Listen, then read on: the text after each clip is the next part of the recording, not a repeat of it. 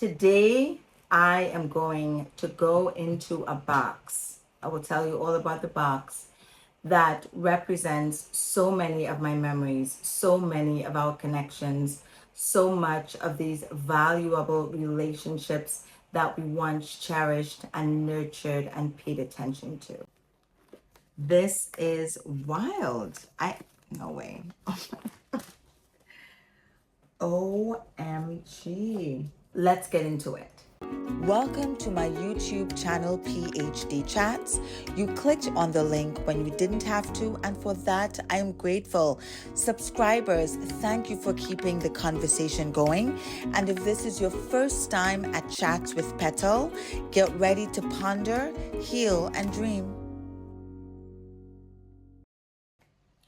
Hello everyone, welcome to my channel PhD Chats. You clicked on the link when you didn't have to, and for that I am so grateful. Today we're going to take a trip down memory lane. I'm going to share with you actually some very special connections that I made many years ago, and I'm going to talk a little bit about how we can reevaluate the way we are nurturing the relationships in our lives right now. We know that social media and our phones and texting and FaceTiming has kind of driven us further into that space of being individualists and being very disconnected and separated from people that we really should be spending more time with and spending meaningful time with, quality time, and having strong relationships that help us to grow and be better and that help us support each other, right? So I want us to talk about that a little bit more, so let's get into it. This is wild. No way. OMG. Who wrote me in Las Vegas? Oh, okay. From the Bahamas. Oh my goodness. Letters from all over.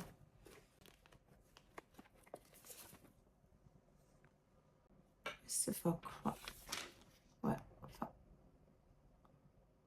St. Catherine's, Jamaica. Who is this? I never said. I really have to do an entirely separate video on these letters, but I have to contact these people before. But when I was in my teens, and maybe even before that, like my tweens and teens, I always enjoyed writing. I enjoyed reading, I enjoyed writing. So letter writing was something I really enjoyed. There was something very affirming and something very therapeutic about reading someone's words that they wrote to you, and the anticipation, it's all lost. But years ago, whenever someone would write me a letter, I would keep the letter, right? Many years ago, I went and I bought some hat boxes at a discount store. And the boxes, I filled it up with things, with keepsakes. I have two of these exact boxes, and I'm talking about many years ago. The box is in pristine condition. When I take off the cover, it's untouched. This box I had this before I became a mom. So this box is at least 15 years old. These hat boxes, by the way, they make excellent storage containers, right? It looks untouched, exactly the way I bought it. No dust was on the inside, no mold, no sign of deterioration. So the box is completely preserved, right? And inside of this box, it's filled with letters. This box here is actually the box for a keepsake ornament that we have. That's not in, the ornament isn't in here, so I will get rid of that. But inside of this box, it's filled with letters that I have kept over the years. I did not realize that I had so many of them, right?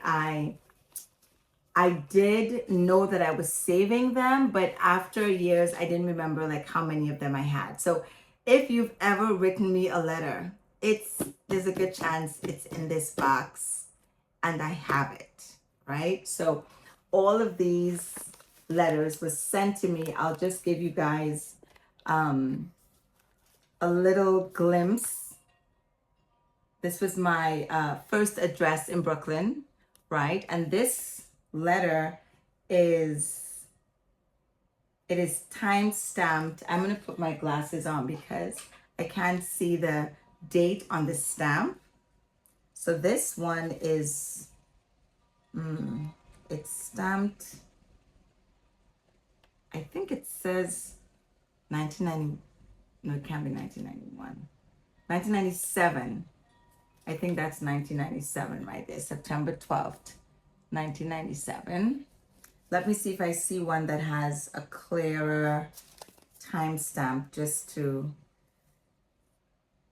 give it. The year is on there so it's easy to see. Yeah, there we go.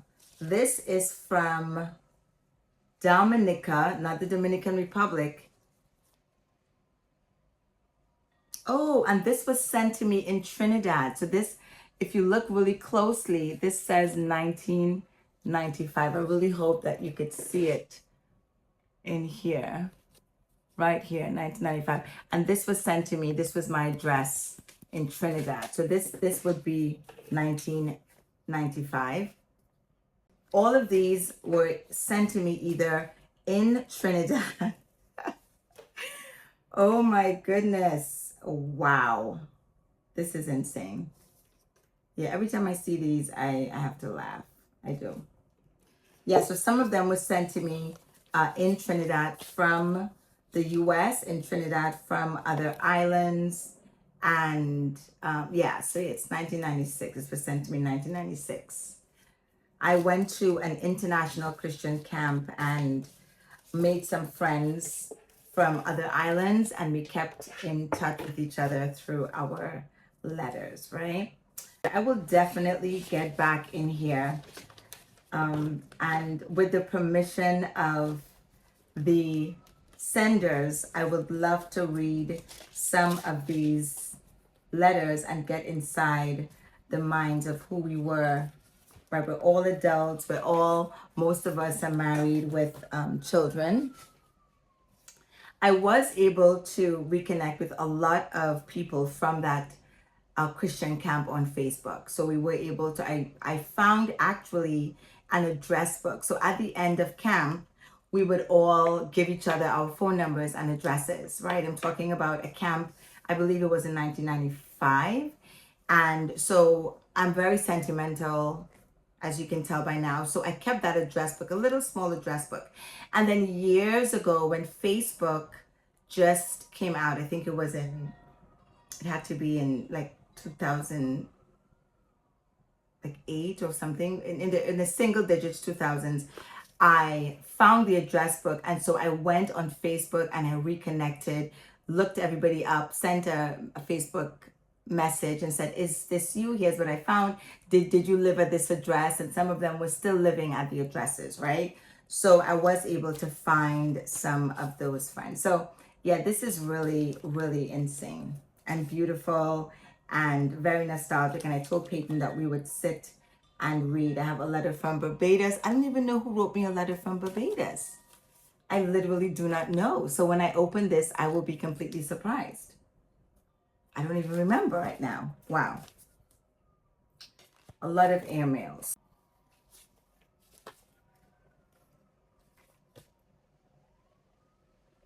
Oh my God. Who wrote me a letter from? Who is this?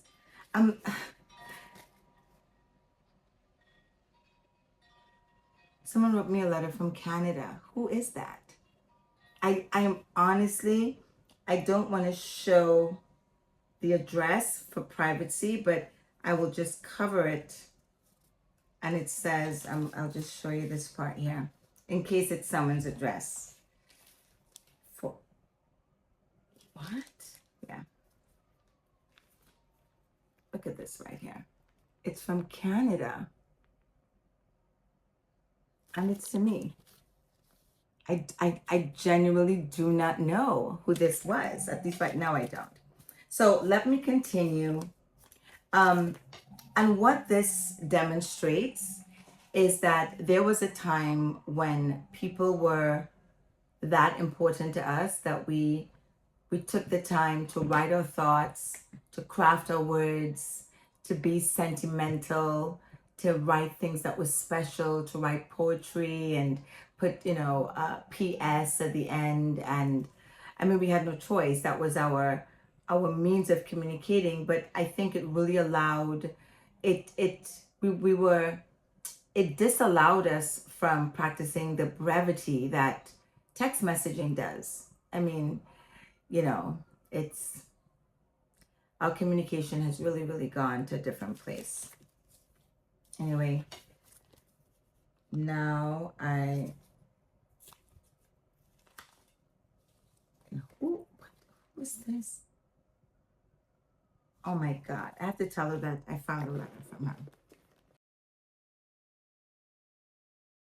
Now you can reread a text, you can reread an email, but you're touching something that they touched. They were intentional about the paper and the pen and their handwriting and their word choice. They were not typing. There was no spell check. There was no grammar, no power thesaurus. The words that you read belonged to that person and it was unique to what they wanted to communicate with you. And so that is what makes them special. The mail took a long time, right? Snail mail, as it's called, international snail mail. It's going across continents. It's going across oceans, but all of that built up the anticipation, and it made receiving the letter all the more exciting. I remember the post the delivery person coming and getting mail and just seeing your name written on the front of the envelope and just the rush of excitement. You can't wait to open it and sit and read, and you would almost hear it in the person's voice, and it was so special. And you would be holding the paper, and it was quite an experience, right? I still remember, and I'm glad that I was able to experience that. I'm not sure what communication that we are engaging with today that can parallel or compare with that. When you were writing a letter, and I think I mentioned this, letter writing forced you to be thoughtful, right? It was not a rushed undertaking. It was often done leisurely, and people were being specific. They were choosing their paper. They were penning their words. They're sealing the envelopes, and it was just not as cold and thoughtless as tapping a screen. And because of brevity, because we want to be so concise, a lot of our text messages and emails are misconstrued, misunderstood, because tone has to be inferred. So it's so tricky. With letter writing, it's so explicit and detailed that the intended message is often very easily received. And reading someone's handwritten words allows you for glimpses of their personality, the environment, the time. I mean, I would really love to have a video where I connect with some of my old friends that I still am in contact with. I saw some letters I did not even remember that they wrote me. And I would love them to read their letters out loud for the first time after seeing it, because I think for them as well, it would be very eye-opening, almost a peek back into what they were thinking and what their perspective on the world was. I would love to read the letters that I wrote as a teenager, right? So I think I might start going through these letters, calling my friends and saying, hey, remember that letter you wrote me in 1996? And they're going to say, what? I wrote you a letter? When? No way. And I'll say, well, I will put you up to a challenge to read that letter in real time. I think it will be completely hilarious because I took some peeks of the letters, and their language style, the things they're saying is nothing like who they are today. So that's going to be very, very interesting. Another thing that's happened with the way we communicate is that our intimacy, I keep using the word intimacy, our closeness, our understanding, our connection. When people wrote letters, it sometimes functioned like a therapy session. And so they would just pour out their heart, share things, share things very explicitly, deeply, overshare, build like a narrative, tell the narrative of their life at that time. And when we communicate now, we are praised. It is recommended, because everybody's so busy, nobody has time. It's recommended that you are very concise, are very specific, and that you don't overspeak and overtype. No one wants to read a long email. No one wants to read a long text message. No one even wants to read a long social media post. Everybody wants everything short, quick, to the point. So when you wrote letters, even the pleasantries and the greeting and the salutations and the ending, all of that was so romantic in a sense. It was very enamoring and very, very warm. This is me receiving all of this mail in the 90s, right? And then after the 90s, we jumped into the 2000s. And what happened? Well, by 2020, 23 billion SMS messages were sent daily in the US. That's about 270,000 per second. I mean, I want to say it would probably take months, years to communicate all of that if we were using the snail mail. The average US smartphone owner sends or receives about 32 texts every day, right? In the 90s, people said they made about 6 calls per day. So are we communicating with more people? Is it possible to communicate with more people faster? Yes, but are we building relationship? Are we really truly connecting, or are we becoming more distant? 90% of people prefer texts over phone calls. Birthday or anniversary greetings that once prompted calls to 10, 15 people per year are now largely sent via text, making them more convenient but less personal. And that's literally what is happening, right? You just get all of these messages, all of these Facebook posts, and I'm not saying anything is wrong with them, because it's very touching, and that still takes time, because if I see your birthday, I still have to go online, go post it, send a heart. Now Facebook has the prompts. They have some messages that they anticipate you would send, so you can even just tap one of those and it sends a message. So it's all about convenience, and it's not personalized. And while that is very endearing and very appreciative, I love getting those messages. I read through every single one. I respond to every single birthday message I get every year on Facebook or WhatsApp.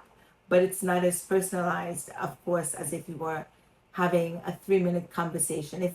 If an hour or two of your day on your birthday, you spend just accepting phone calls and talking and reminiscing for 5 minutes, and then the phone rang again, and you did the same thing, that would have a completely different feeling for some, right? Because for the people that grew up, for the millennials and the Gen Zs that grew up in this communication style, what's happening right now is their preference. It's perfect. It's a norm.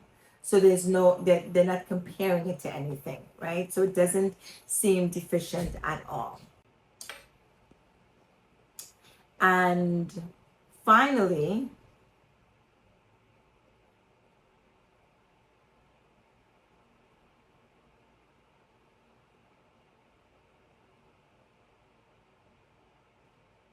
so with the letters, it says, even though a lot of people are longing for connection and longing for something that is more personalized and more specific, and maybe something that's, auditory, like a voice message, a voice note, a phone call. Half of all US adults today haven't received a personal handwritten letter in over 5 to 10 years, more than 5 to 10 years. And 15% have never received a letter, never received a handwritten personal letter ever in their lives. That's sad, right? Because for those of us who have, we know that it benefits us. So let's stay connected, regardless of what that means.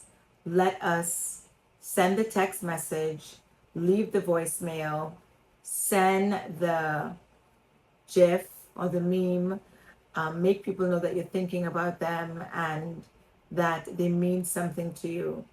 When that thought passes your mind about that person, and you get the time, just stop and connect, because we're really losing that. We're losing going over to people's homes. We're losing dinner parties and, game nights and all of the things that we could have done, that we wanted to be, in close proximity and have elbow buddies and, have skin to skin contact and talking and making a joke, and, all of those things are being lost to the virtual world.